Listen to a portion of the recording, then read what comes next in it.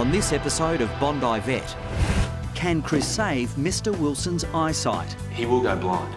There's no two ways about it. So this needs to be done, early. It will make you feel better. This puppy has swallowed something that could kill him. Can Lisa stop Hugo going under the knife? His time starts now. And a tiny wallaroo in a critical condition. When they crash quickly and they crash hard.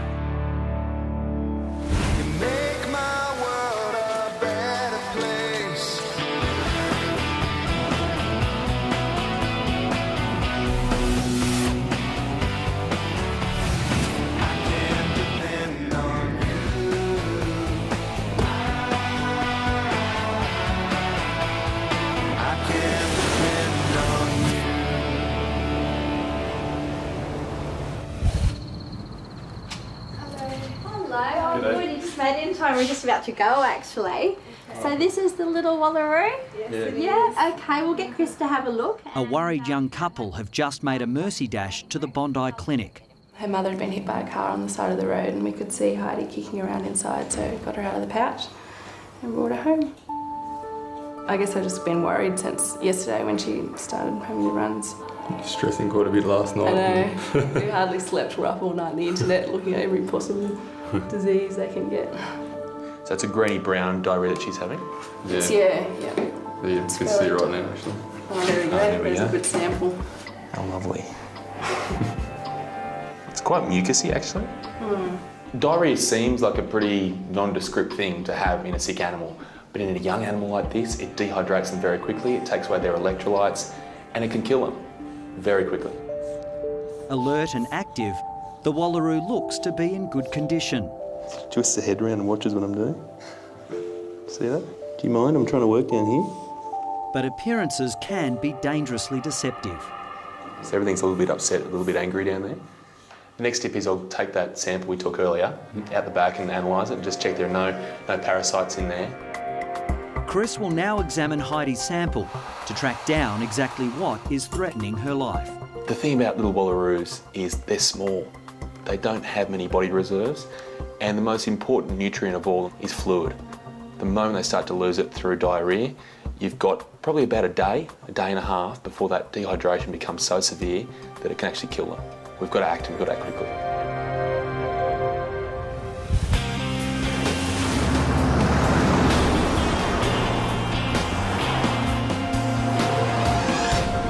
Hey, good boy. Boy, darling. Oh, Sore. oh, there's something in here. At Bondi's referral hospital SASH, 1-year-old Dalmatian puppy Hugo is in trouble. Well, he's vomited a couple of times in the last few days, and this afternoon when I came from work he was just curled up in his basket and no bounding down the hall to greet you, and he just didn't get out of his basket all evening. Emergency vet Lisa Chimes soon finds the reason for Hugo's misery. Like a golf ball size, firm. What have you gone into? I don't know, it feels like it could be a bone or... Oh no, Hugo. It's definitely not what should be in there. The thing about puppies is they're like babies. They'll put anything in their mouth and they will eat anything, and that's probably what Hugo's done now, but he's in real strife. Yeah, this is what I suspected actually. It's an overgrowth of coccidia, which are little protozoal organisms. And you can actually see them. There's little dots here. Yeah, and there's millions of them. Absolutely millions of them. So right now we've got to work out some medication for little Heidi, treat the coccidia, and basically stabilise that gut, because it looks like there might just be time. We'll have to see. So we just fill up that space underneath the skin. The fluids and medication should fight off the double threat of dehydration and diarrhoea. But sadly, young wildlife can crash fast. I mean, you guys have done very well to get her to this point. Yeah. But these coccidia have sensed that she's a little bit weak and they've taken their moment. And they're really trying to get the better of her right now. Because I would say another 24 hours and things would have got a little bit beyond the point of fixing it. Okay. Just rub it in. Oh, and look who she runs back to today. I'm glad we didn't sit around and think about it for another day. Very brave boy. Can you lie on your side for us? At SASH, It's bad news for Hugo. X-rays confirm an object is stuck deep in the Dalmatian's bowel. It could be a string or a bit of stocking wound upon each other, but if you take a step back, it really could be a corn cob. Good boy, Good boy, good boy, good boy. Oh, very brave. Good boy, wow. The first thing we've got to do is get him stabilised. He's really dehydrated and quite depressed, and he's in no state to have surgery, even if he needs it. So tonight we need to put him on a drip, rehydrate him. It's all right. It will make you feel better. Oh, good boy. Lisa needs to find a solution quickly. The obstruction is causing the Dalmatian a lot of pain. He's not eaten or had a bowel movement for more than a day. Really, there's only two options. He can either pass it in 24 hours, or we have to open him up in surgery and take it out. Now, he's only a year old. I don't want him going under the knife. It's going to be a long recovery time. It's much easier for him if he can just pass it. So his time starts now.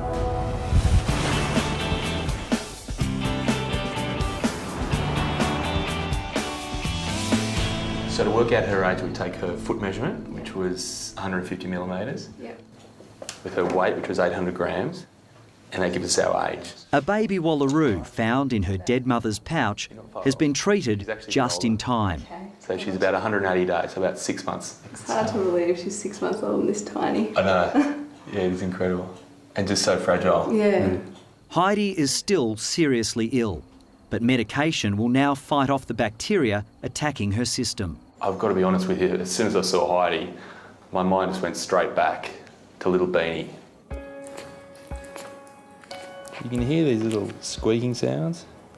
Thankfully, I've got his eyes covered so he can't see the monstrosity that has become his mother. Just 2 months ago, Chris tried to save an orphaned kangaroo. After round-the-clock care, Beanie lost the fight. These little guys can go from being playful and seemingly full of energy and full of life to not being with us anymore. And it's heartbreaking. Put it back in the pouch there. As happy as I am with the level of care that Jodie has for little Heidi, she do the big somersault in? Yeah, she does. The alarm bells are ringing for me in a certain way as well, because there's going to come a time very soon where she has to say goodbye to Heidi, where Heidi has to move on to a wildlife carer. That's going to be so tough for her. Thanks, Jodie. See you, Heids. Good luck. Thank you. See you later.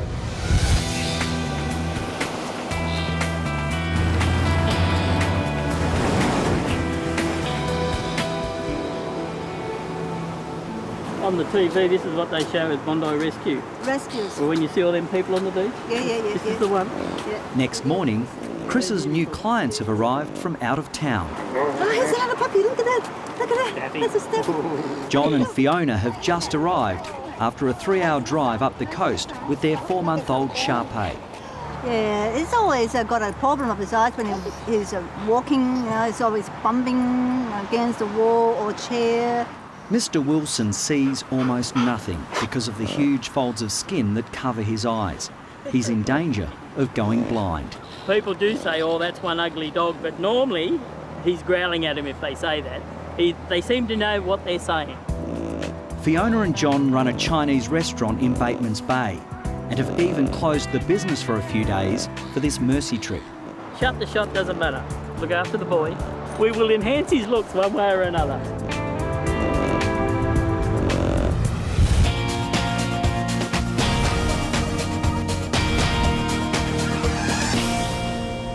Hugo, time is running out. Andrew is sharpening the knife as we speak. I know. It's quite scary. No. At Sash, Hugo has not passed the suspected corn cob wedged in his bowel, and the puppy's condition is deteriorating. The obvious answer would be to give Hugo a laxative, but if he's got something stuck, physically stuck in his bowel, and we go and give him something to make his bowel work more, he could rupture his bowel, become septic and die. He is such a beautiful dog, and I don't want him to have to undergo surgery, but it's looking more and more likely. You just got to burp it out. Hello, it's Neil here from Bondi Junction Vet Hospital. I've got a lost dog with a microchip.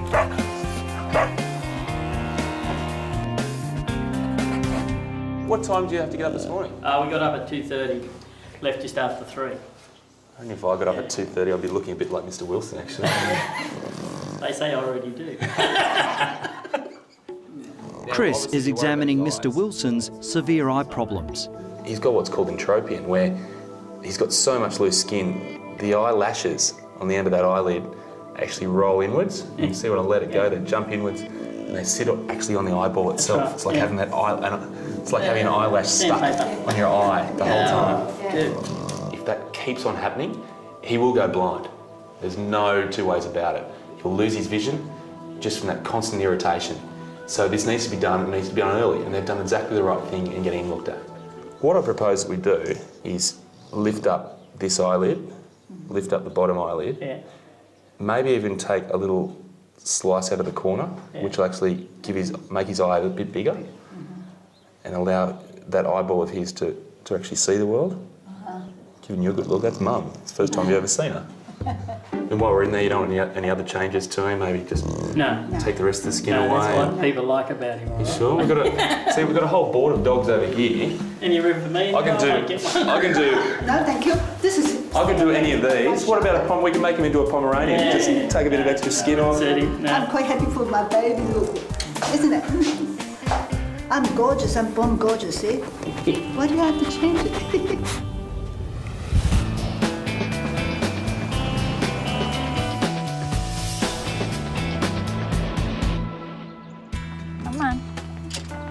Come on, Hugo. All right, number 1. Now number 2. Come on, it's toilet time. At Sash, Lisa is hoping a walk on the grass will encourage Hugo to pass the object blocking his bowel. Come on, don't get distracted, just focus. After 20 minutes, still no result. He's not really being very helpful, and I'm getting quite tired. Come on. We'll try for a little bit longer and then you know what has to happen.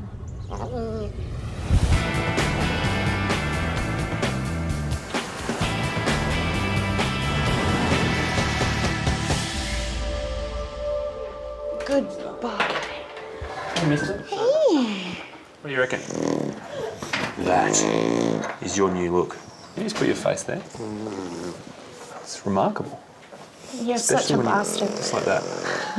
4-month-old Mr. Wilson can hardly see because of the huge folds of skin covering his eyes. No one's doing anything yet. Eventually, the rubbing on his eyeballs will blind him. Even before his pre-med injection, Mr. Wilson is making a fuss. This spoilt Shar-Pei has never been parted from his owners. They'll be back soon.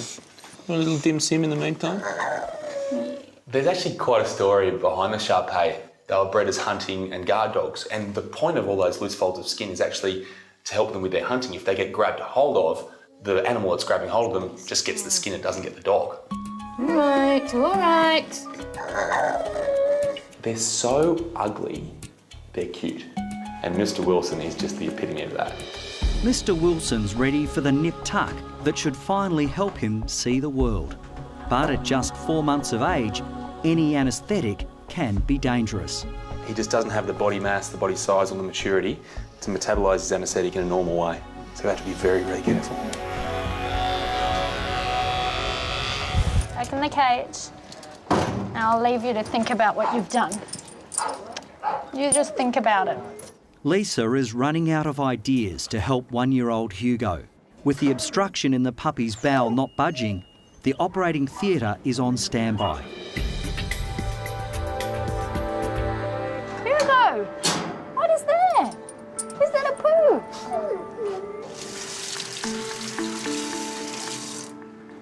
It's a corn cob. He has saved himself a bit of grief. I know it took a while, but we got the results in the end, and thankfully Hugo doesn't have to go to surgery, so it's great news. I don't envy him for passing this. Don't think it would have been too comfortable, but he did it. Good on him. It's a good boy. We'll keep it for your mum, just in case she doesn't believe us what you ate. That's just show and tell.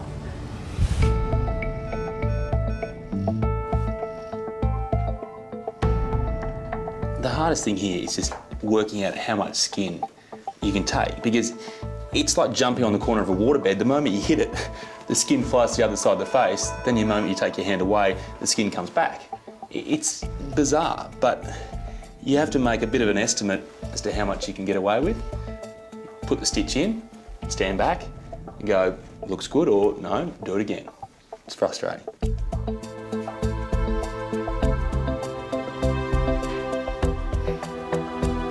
Mr. Wilson's quality of life depends on Chris getting the painstaking surgery right. It takes 1 hour to finish the right eye. That's fine, but it's the left eye that's the big worry. It's the one that's really drooping over, and it's going to be quite a challenge.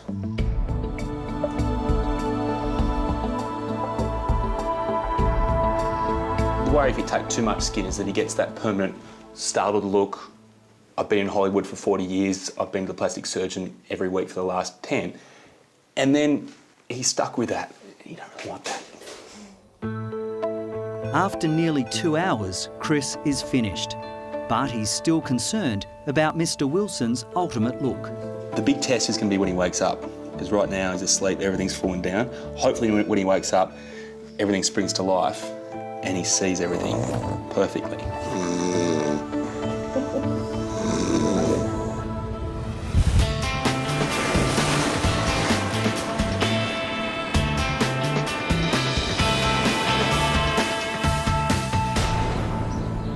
Wilson, you do look good, don't you? You do look The next day, Chris is at the clinic early to check out the results of Mr. Wilson's eye lift. How's it looking? I'm feeling pretty, you know.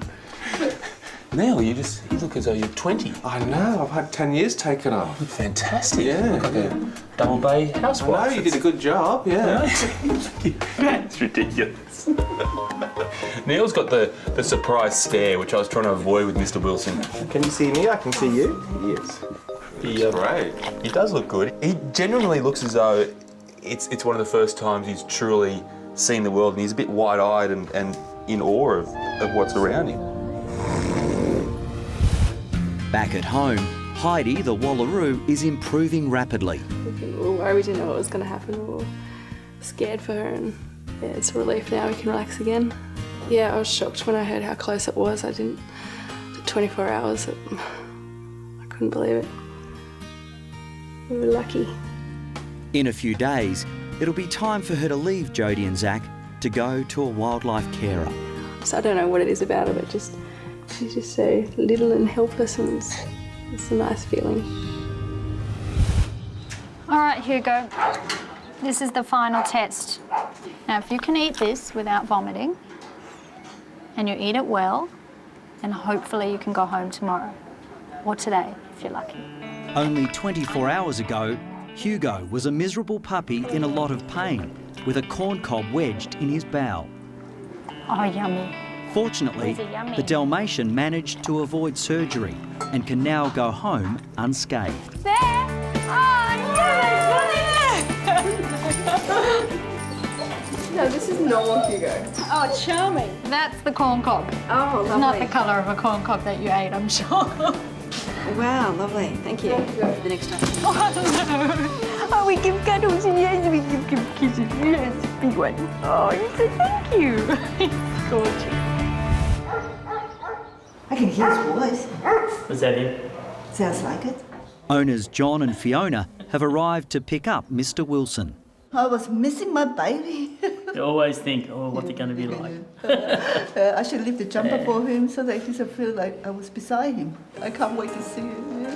Are you ready to rock? Ready?